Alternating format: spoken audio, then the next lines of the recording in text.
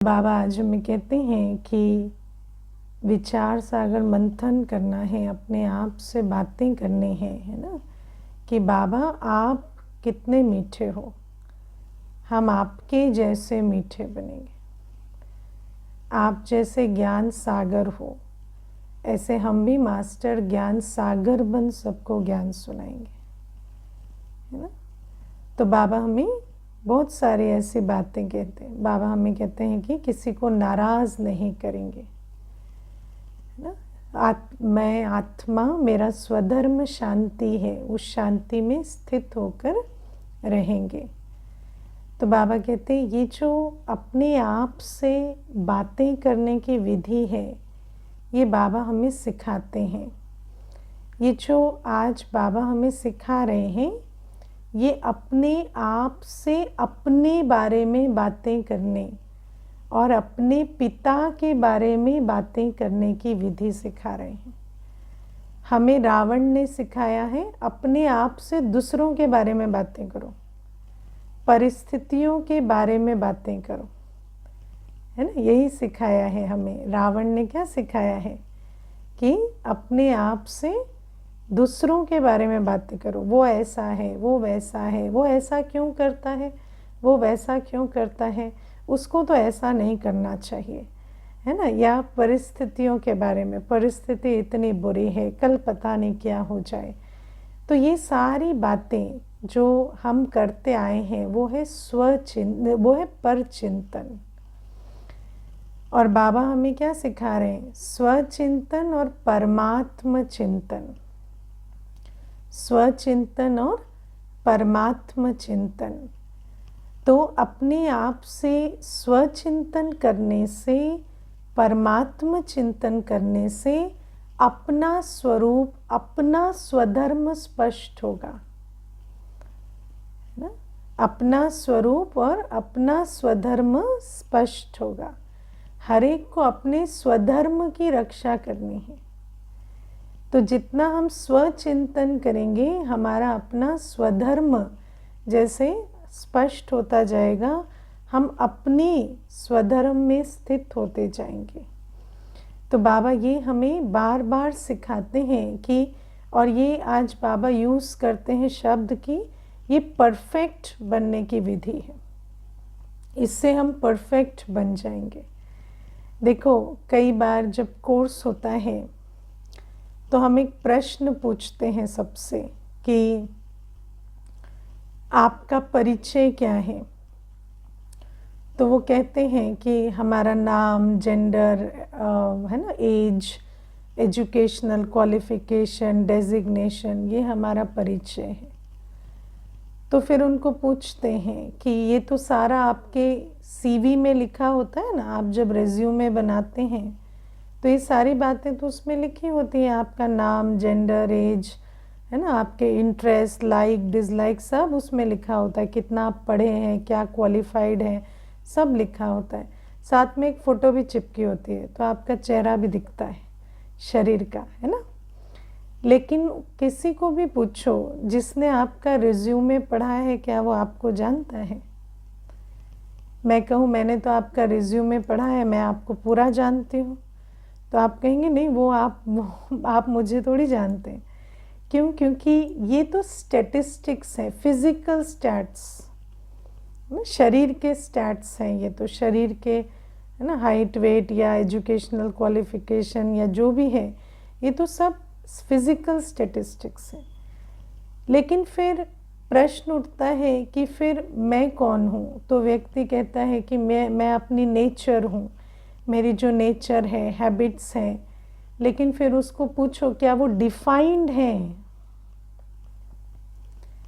क्या आपकी nature defined है?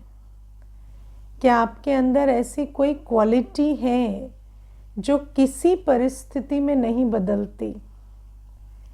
या आपकी जो नेचर है वो परिस्थितियों और व्यवहार पे डिपेंड करती है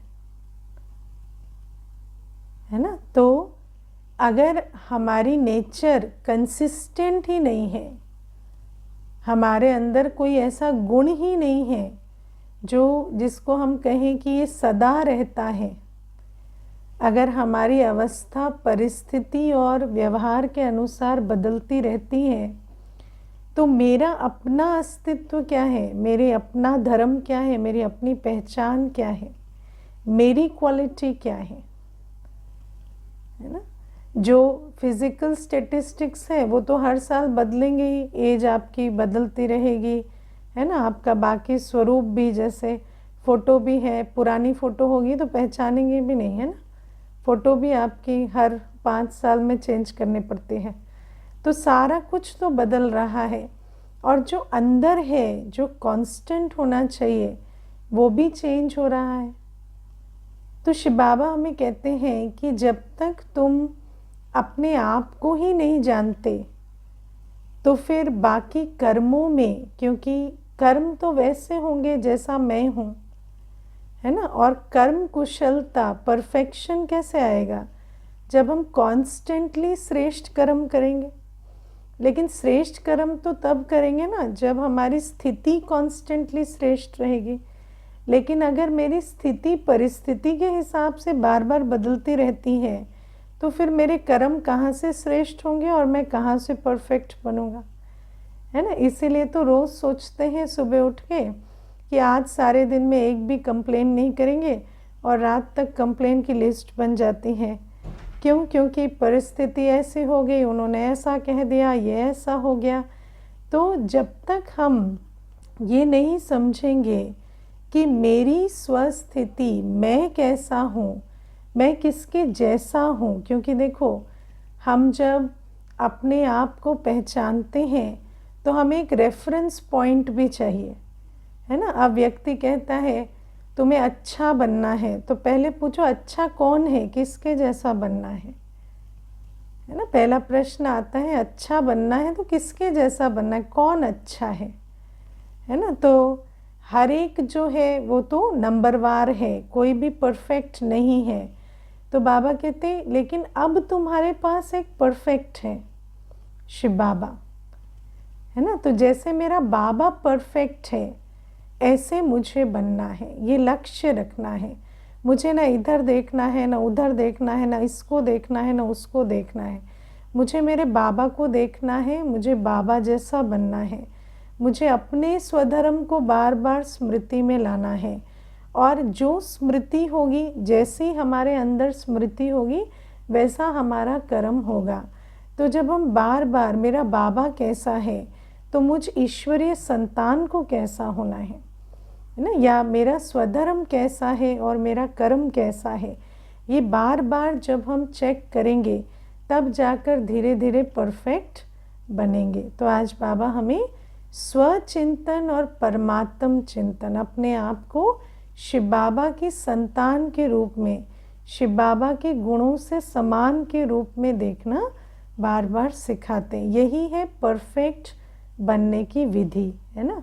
क्योंकि परफेक्शन माना कांस्टेंट एक्यूरेट कर्म। परफेक्शन कैसे आती है? परफेक्शन आती है कॉन्स्टेंटली कोई चीज़ बार बार बार बार बार बार करने से, है ना। दुनिया में क्या कहते हैं, मैं आउट ऑफ प्रैक्टिस हो गया हूँ। तो आउट ऑफ प्रैक्टिस होने से परफेक्शन नहीं आएगी। तो परफेक्शन माना हमारा हर सोच, हर बोल, हर कर्म सतोगुणी हो। लेकिन वो तब होगा जब हमारी बार बार बुद्धि में मैं, मेरा स्वधर्म क्या है, मेरा शिव बाबा कितना मीठा है, वो कैसा ज्ञान का सागर है, मैं उसकी संतान कैसी हूँ, ये बार बार जब बुद्धि में घूमेगा तब जाके परफेक्शन आएगी। और अगर हम व्यक्ति के डिफेक्ट देखेंगे, परिस्थितियों को बुद्धि में रखेंगे, तो हमारे अंदर परफेक्शन क्या, वो तो उसका डिफेक्ट मेरा डिफेक्ट बनता चला जा रहा है। बन रहा है कि नहीं? बुरे को देख देख के, है ना। देखो व्यक्ति क्या कहता है, वो तो सारे दिन सोता है, मैं तो खाली 10 घंटे सोता हूँ, है ना। आजकल व्यक्ति क्या कहता है ना, वो तो सारे दिन सोता है, मैं 10 घंटे सोता हूँ। वो तो पड़ा पड़ा सारे दिन खाता है, मैं एक टाइम तो बनाता हूँ, है ना। तो लेकिन तुम्हारे अंदर तो क्षमता बहुत है, लेकिन तुम डिफेक्टेड को देख देख के डिफेक्टेड होते जा रहे हो, है ना। कोई करे ना करे, मुझे उससे नहीं देखना, है ना। कहते वो तो हर बात में गाली देता है, मैं तो सिर्फ ज़ोर से बोलता हूँ, मैं तो गाली भी नहीं देता। तो अगर जो डिफेक्टेड है उसको बार बार देखेंगे तो उसका डिफेक्ट हमारा डिफेक्ट बनेगा। इसीलिए बाबा को देखना है, मेरा कर्म बाबा जैसा है, मेरा कर्म अपने स्वधर्म के अनुसार है। बार बार अपने आप से ये बातें करनी है। करते हैं? नहीं करते हैं, हाँ नहीं करते हैं। अगर देखेंगे ना अंदर झांक के तो सारे दिन वो ये करता है, वो ये कहता है, वो ऐसे क्यों करता है, वो वैसे क्यों करता है, ये सिचुएशन वो सिचुएशन, यही चलता रहता है। लेकिन उससे हम परफेक्ट नहीं बनेंगे। और जो मेरा अनुभव है, माया का एक सिंपल सा काम है, आपका संगम युगी टाइम एंड थॉट वेस्ट करा देना। वो करा रही है, बहुत अच्छे से करा रही है ना। तो अंत में जब रिज़ल्ट निकलेगी तो ऐसे फिर दुख होगा कि हमें बाबा ने सब कुछ सिखाया पर हम बने नहीं। तो ये पहली चीज़।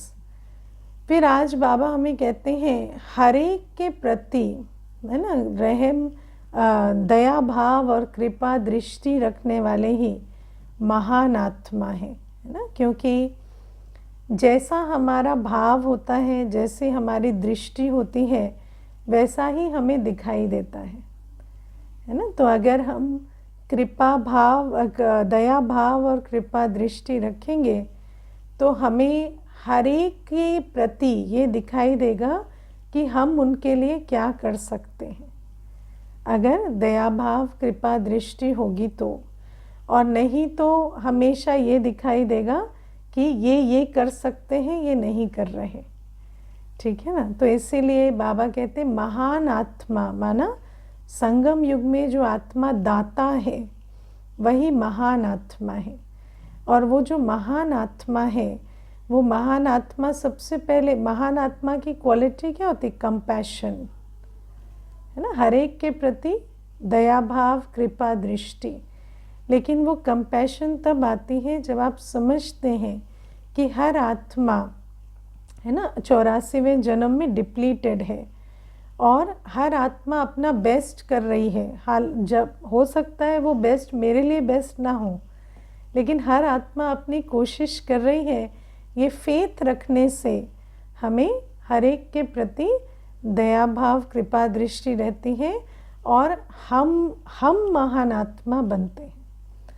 उस दया भाव कृपा दृष्टि से उनको भी थोड़ा बहुत बेनिफिट तो होता ही है, लेकिन हमारी दृष्टि से हमारी सृष्टि बदलती जाती है, हमें बहुत बेनिफिट उससे होता है।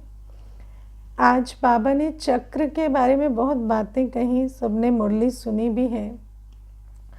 मैं आज थोड़ा सा कुछ एक जो मेरे संकल्पों में आ रहा है वो थोड़ा कॉन्फ्लिक्ट मैनेजमेंट के बारे में भी बताऊंगी, है ना। तो आप देखो कई बार एक कॉन्फ्लिक्ट होती है ना, कहीं भी ऑफिस में, घर में, भाई बहनों के बीच, युगल के साथ, कोई भी चीज़ में, कोई संबंध में, कोई प्रोफेशन में, कहीं पे भी, बिजनेस में एक कॉन्फ्लिक्ट होती है ना।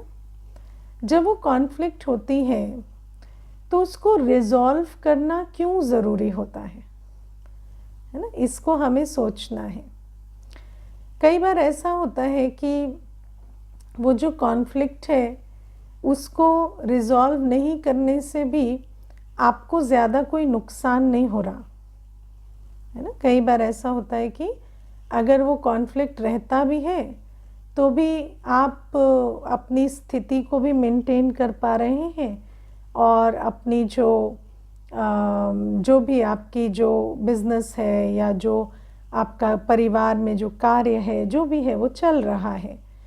आपको उस कॉन्फ्लिक्ट से कोई ज़्यादा नुकसान भी नहीं हो रहा।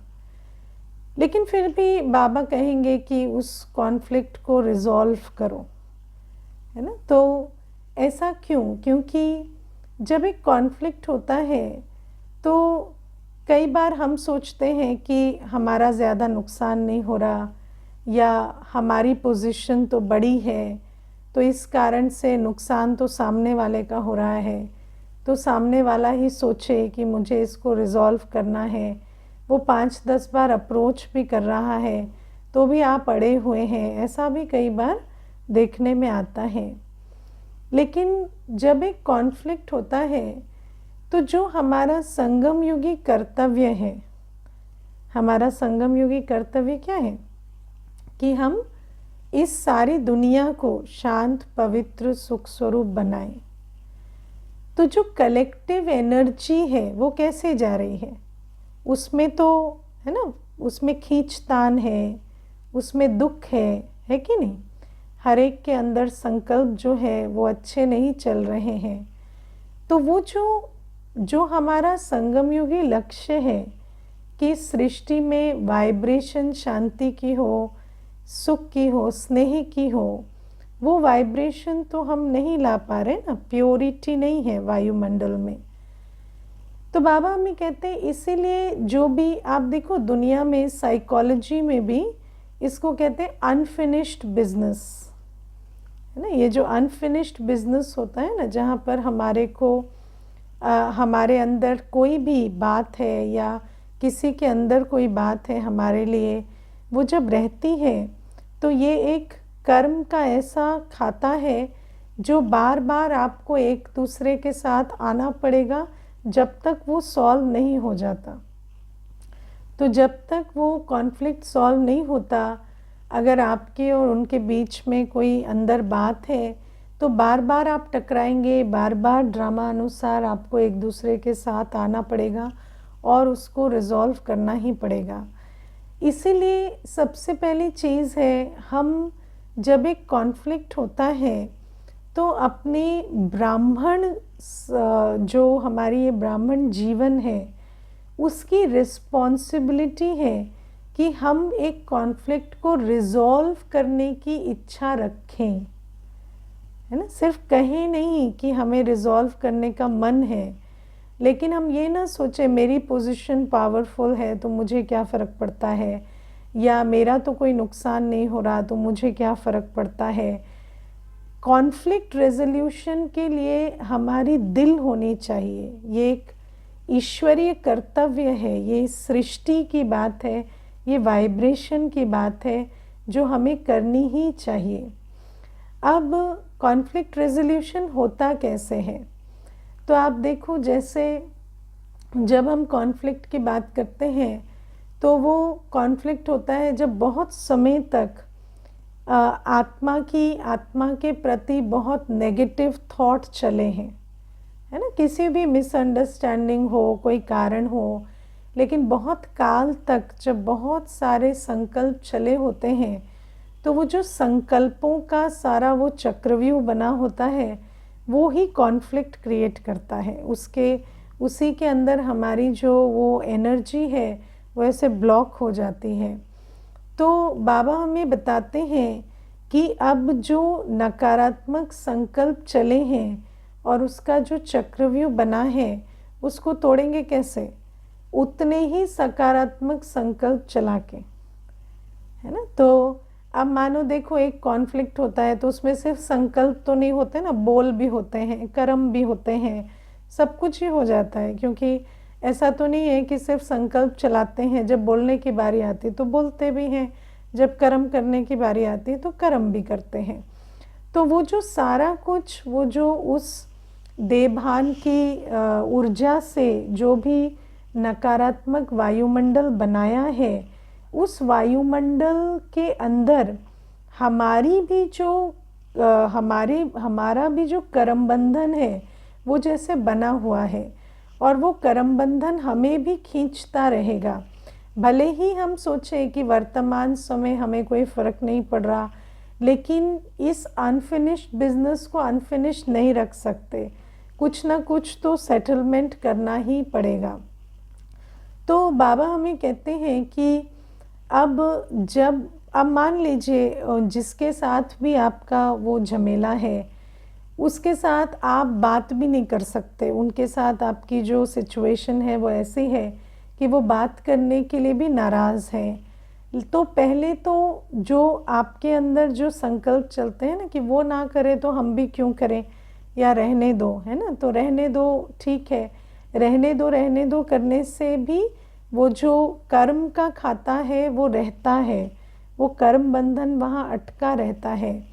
इसीलिए मान लीजिए आपकी कोई ऐसी सिचुएशन है जहाँ बातचीत भी नहीं हो पा रही, तो उसमें भी हमें पहला कदम जो उठाना होता है वो ये कि हम रोज़ उस आत्मा के साथ सूक्ष्म संकल्पों की लेन देन करें, है ना। रूहानी दृष्टि और सूक्ष्म संकल्पों की लेन देन, जो पॉजिटिव एक्सचेंज संकल्प के रूप में भी हम लेन देन करें।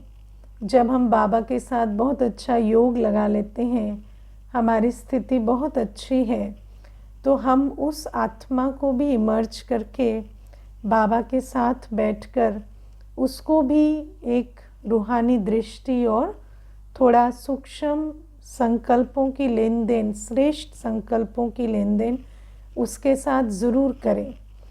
इसमें कोई ऐसी भाषा भी प्रयोग करने की ज़रूरत नहीं है कि हम कोई माफ़ी मांग रहे हैं या ऐसा, क्योंकि कई बार ना हम कहते हैं हम माफ़ी मांग रहे हैं पर हमारे अंदर कुछ होता नहीं है ऐसा कि हम माफ़ी मांग रहे हैं, तो ऐसा भी नहीं।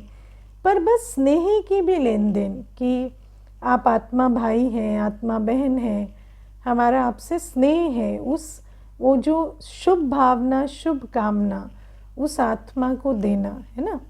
और जब पॉसिबल होता है कम्युनिकेशन, तो जब आमने सामने भी कम्युनिकेशन होता है तो उस पॉसिबिलिटी से कतराना नहीं, उस पॉसिबिलिटी को अवॉइड नहीं करना कि हमें बात ही नहीं करनी। कम्युनिकेट करना पड़ेगा, है ना, किनारा करने से नहीं होगा, कम्युनिकेट करना पड़ता है। जब हम कम्युनिकेट करते हैं ना, जब किसी आत्मा के साथ हमारा कॉन्फ्लिक्ट होता है और हम कम्युनिकेशन में आते हैं, तो हमारे को सर्व शक्तियाँ चाहिए, है ना, क्योंकि उस आत्मा के साथ जब हम बात करेंगे तो वहाँ हमारी ईगो भी हर्ट होगी, वहाँ हमें है ना, हमें बहुत सारी ईगो के जितने भी हमारे अंदर कतरे हैं ना, वहाँ सारा हर्ट होता है, क्योंकि वो भी वहाँ पर हिट करते हैं, है ना। या कई बार ऐसा होता है कि जिस बात को लेके कॉन्फ्लिक्ट है, जैसे मान लीजिए कि आपका किसी बिज़नेस को लेके कॉन्फ्लिक्ट है, किसी चीज़ को लेके कॉन्फ्लिक्ट है, तो उस चीज़ के बारे में भी निर्णय नहीं हो पा रहा है ना, तो वो जो एप्पल ऑफ डिस्कॉर्ड जिसको कहते हैं झमेले की जड़, वो झमेले की जड़ भी कायम है, तो उसके साथ भी आप जब कम्युनिकेट करेंगे तो बात बार बार आकर वहीं अटकेगी कि फिर इसका फ़ैसला कैसे होगा, इसका फ़ैसला कैसे होगा। लेकिन आप उस बात से हटिए मत, बार बार जब भी कम्युनिकेशन का मौका मिले तो वो कम्युनिकेशन आप जारी रखिए, क्योंकि ये जो बातें लगती हैं ना कि ये इसका कोई सल्यूशन वैसे होना है, कोई इसका लीगल फैसला होना है, बात लीगल फैसले की या वैसे नहीं होती, बात होती है आपके बीच की जो भावना है वो मर्ज होने की, वो मेल्ट होने की। तो ये जो कम्युनिकेशन है ये कॉन्फ्लिक्ट मैनेजमेंट करने का रास्ता है, लेकिन वो कम्युनिकेशन जो है वो सूक्ष्म में भी, अगर स्थूल में नहीं हो पा रहा तो सूक्ष्म में करते रहिए, और सूक्ष्म में करने के साथ साथ जब भी स्थूल में भी मौका मिले तो कभी अवॉइड मत करिए, उसमें आप जाइए, बैठिए, बात करिए, मास्टर सर्वशक्तिवान होकर बैठिए। कोई भी बात होती है उसको सुनना, स्नेह से समझना और फिर अपनी भी बात रखना। ऐसा भी नहीं कि अपनी बात नहीं रखेंगे, लेकिन पहले जैसा लगता है ना कि हम दो अलग अलग बातें कर रहे हैं और इसका कोई मिडिल पॉइंट नहीं है, लेकिन आप देखेंगे धीरे धीरे जब आप बात करते जाएंगे तो वो मिडिल पॉइंट भी निकल के आएगा। लेकिन सबसे बड़ी चीज़ है कि हमें इस बात में निश्चय रखना होगा कि मुझे कॉन्फ्लिक्ट को रिजॉल्व करना है ना। अब क्या है, एक चीज़ इसमें समझना, अभी जब हम ये क्लास भी सुनते हैं ना तो हमारा ध्यान कहाँ जाएगा, जहाँ हमारा मोह है ना। तो जिनसे मोह है, जैसे अभी माताएं बैठी होंगी तो उनका ध्यान जाएगा कि मेरा भाई के साथ कॉन्फ्लिक्ट मैनेजमेंट नहीं हुआ है, लेकिन भाभी के साथ नहीं हुआ है वो नहीं जाएगा। है ना, क्यों? क्योंकि जहाँ मोह है वहाँ माया भी क्या करेगी, सारा ज्ञान जो है, जहाँ मोह है, जहाँ देहाभिमान है, वहीं पे वो ज्ञान अप्लाई होता है। लेकिन हमें समझना होता है कि हर एक आत्मा के साथ, जिसके साथ भी, भले ही हमें उस आत्मा के साथ आज लगता है कि कई तो ऐसे भी कह देते हैं, बाबा कहता है हर आत्मा पवित्र है, लेकिन ये तो बिल्कुल ही राक्षसी कुल के हैं, है ना, इस प्रकार से भी कह देते हैं। लेकिन हमें समझना है कि कोई भी आत्मा है, उस आत्मा के साथ मुझे, देखो कॉन्फ्लिक्ट मैनेजमेंट मतलब ये नहीं होता कि कोई आप और वो कोई बहुत प्रेम का संबंध रखें, लेकिन वो जो नेगेटिव एनर्जी है वो ख़त्म होनी चाहिए, क्योंकि वो नेगेटिव एनर्जी भी एक बंधन की तरह है। उस बंधन के साथ हम मुक्त नहीं हो सकते। इसीलिए ये जो, और वो बंधन जो है वो वायुमंडल को नुकसान पहुंचा रहा है। अगर कोई आत्मा भी आपके बारे में बार बार संकल्प चला रही है तो उस संकल्पों को भी थोड़ा शांत करने की भी कोशिश करनी है। हाँ, उसमें ये भी रखना है, ऐसा नहीं कि कोई हर एक की बात मान लेना सारी, या ऐसा नहीं, अपनी बात को भी रखो, लेकिन कम्युनिकेशन करो, है ना। और इफ़ेक्टिव कम्युनिकेशन के पीछे जो सबसे बड़ी बात है वो है शुभ भावना, शुभ कामना।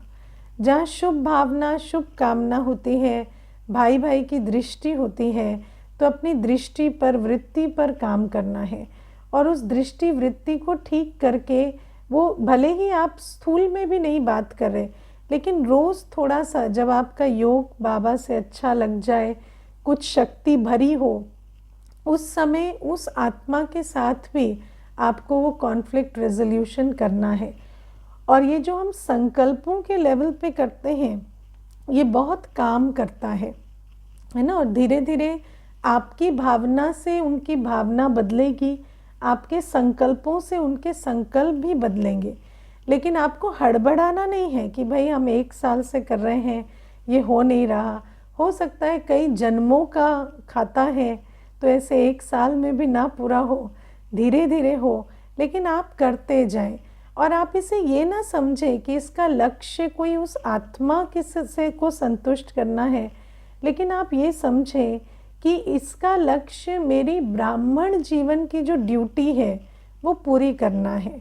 मुझे बाबा इतनी पालना दे रहे हैं, मुझे बाबा पावन दुनिया बनाने के निमित्त बनाते हैं, तो मुझे भी पावन दुनिया बनाने के लिए ये जो पवित्रता का, पवित्र संकल्पों का योगदान है वो देना है ना। फिर देखो, एक प्रश्न है, कभी कभी किसी के साथ कोई बड़ी बातें हो गई होती हैं, बुरी घटनाएं हो गई होती हैं, तो उन बातों को भूलना मुश्किल होता है ना। तो लेकिन हमें ये समझना है कि हम उन बातों को क्यों भूल रहे हैं, है ना। When the why is clear the how is easy. पहले हमें ये समझना है हमें क्यों भूलना है। इसलिए नहीं कि उस आत्मा को कुछ, लेकिन अपने आप को फ्री करना। बाबा के पास जाएंगे तो बाबा क्या कहेगा, है ना, कि तुम्हें मैंने सारे वायुमंडल को पवित्र बनाने की जिम्मेवारी दी, और तुम्हारे अंदर, है ना, तुम्हारी अपनी जो विचार है या अपनी जो मन की स्थिति है वो किसी के मन की स्थिति से इतनी जुड़ी हुई थी। तो इन बातों को हमें समझना है कि हम ये ईश्वरीय कर्तव्य के रूप में कर रहे हैं और एक जिम्मेवारी लेकर इसे करना है। मैंने देखा है जिम्मेवारी के एहसास में बहुत शक्ति होती है। कई बार आप कोई चीज़ नहीं करना चाहते, जैसे माता पिता होते हैं, वो अपने बच्चों के लिए किसी भी लेंथ तक चले जाते हैं ना, वैसे वो कोई चीज़ नहीं करते, लेकिन जाके किसी के सामने झुकते भी हैं, पाँव भी पड़ते हैं। क्यों करते हैं? क्योंकि वो जिम्मेवारी है। तो ऐसे ही हमें ये भी एक विश्व के प्रति अपनी जिम्मेवारी समझनी है। तो ये मेरे दिल में आज ये बातें थोड़ी आ रही थी, तो मैंने सोचा ये भी थोड़ा शेयर कर देते हैं। फिर प्यारे बाबा आज हमें कहते हैं कि ये जो पास्ट प्रेजेंट है ना, और बाबा कहते हैं इस सृष्टि में 2 ही समय है, पास्ट और प्रेजेंट, है ना। जो प्रेजेंट है वो कल पास्ट हो जाएगा, और जो पास था वो प्रेजेंट हो जाएगा, है ना। तो बाबा हमें कहते हैं, इसीलिए जिसको हम आज कहते हैं कि ये बातें हुई थी, है ना, हम कहते हैं ना भगवान आए थे, राजयोग सिखाया था, शिव शक्तियाँ थी, इतने मंदिर, इतने यादगार। तो बाबा कहते वही जो था वो प्रेजेंट में हो रहा है, लेकिन हम इस रहस्य को नहीं जानते। तो हम पास्ट की कहानियाँ तो सुनते रहते हैं, लेकिन प्रेजेंट में जो उसका स्वरूप है उसको पहचान नहीं पाते। अब बाबा कहते हैं ये तो चक्र है, चक्र में क्या होता है, जो फर्स्ट पॉइंट होता है वही लास्ट पॉइंट होता है ना। चक्र तो वही घूम फिर के वहीं आ जाता है ना। तो बाबा कहते जिन बातों को तुम कहते हो कि ये हुई थी, भगवान आया था, शिव शक्तियाँ रची थी, और फिर हाँ जब कोई बात पास्ट हो जाती है ना, तो फिर उस पास्ट के बारे में जब हम लिखते हैं तो कुछ ना कुछ उसमें मिलावट हो जाती है। हर जगह होता है ना ऐसा, हिस्ट्री में मिलावट होती है कि नहीं, क्योंकि हिस्ट्री मतलब हिज स्टोरी, सुनाने वाले का वर्जन है ना। सुनाने वाला जब सुनाता है तो अपनी दृष्टि वृत्ति से सुनाता है, वो अपनी कहानी सुनाता है जो उसकी बुद्धि में है।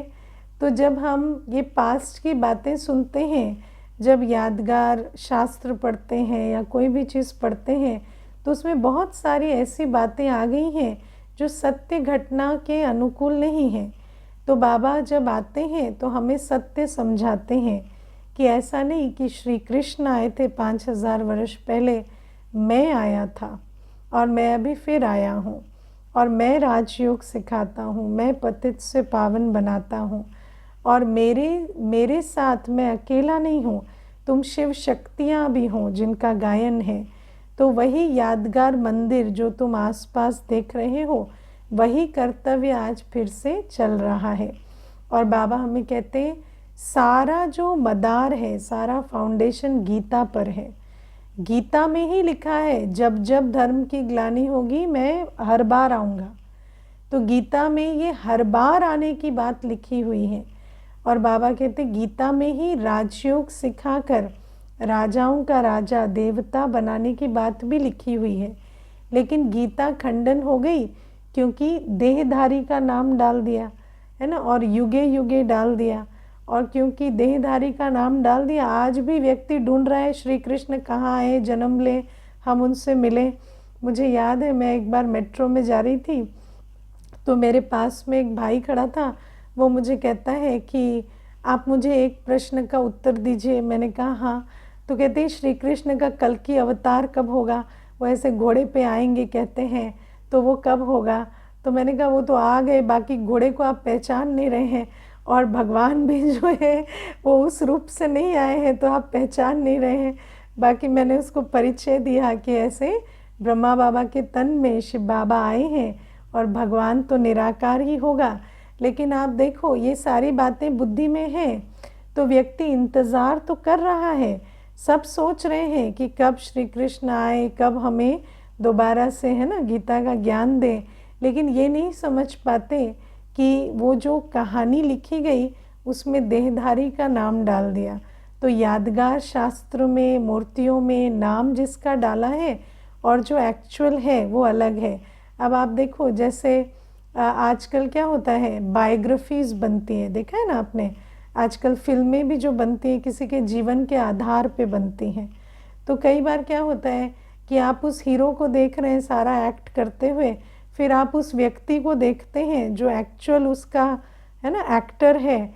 तो फिर क्या होता है कि आपको ऐसे कन्फ्यूजन होने लगता है, ये है ना, ये तो ऐसा लग भी नहीं रहा है जैसा जैसा इसको दिखाया है, इसने ये सब किया होगा ऐसा सोच भी नहीं सकते। तो कई बार जब एक रूपांतरण होता है, दुनिया में भी कहते हैं नाटकीय रूपांतरण, तो जब नाटकीय रूपांतरण होता है तो उसमें जो स्वरूप दिखाया जाता है, और जब हम एक्चुअल देखते हैं तो हमें ऐसा आता है ये तो इसका स्वरूप लग भी नहीं रहा। तो बाबा हमें कहते हैं इसीलिए इन बातों को समझना है कि जब कहानियाँ लिखे तो मेरे को देहधारी के रूप में इतना सुंदर, है ना, आकर्षक श्री कृष्ण स्वरूप में दिखा दिया, और मैं तो हूँ बिंदी, है ना, और मैं कोई ऐसे घोड़े पे सवार होके या कोई मुकुट धर के ऐसे कोई रथ में बैठ के ज्ञान नहीं सुनाता, मैं तो ऐसे साधारण बूढ़े तन में आके सुनाता हूँ, तो उसमें सारी गड़बड़ हो गई। लेकिन अपने आप को भी समझाना है कि सत्य क्या है और उसके नाटकीय रूपांतरण में क्या हो गया, और हर एक को भी ये ज्ञान सुनाना है। ओके, ओम शांति।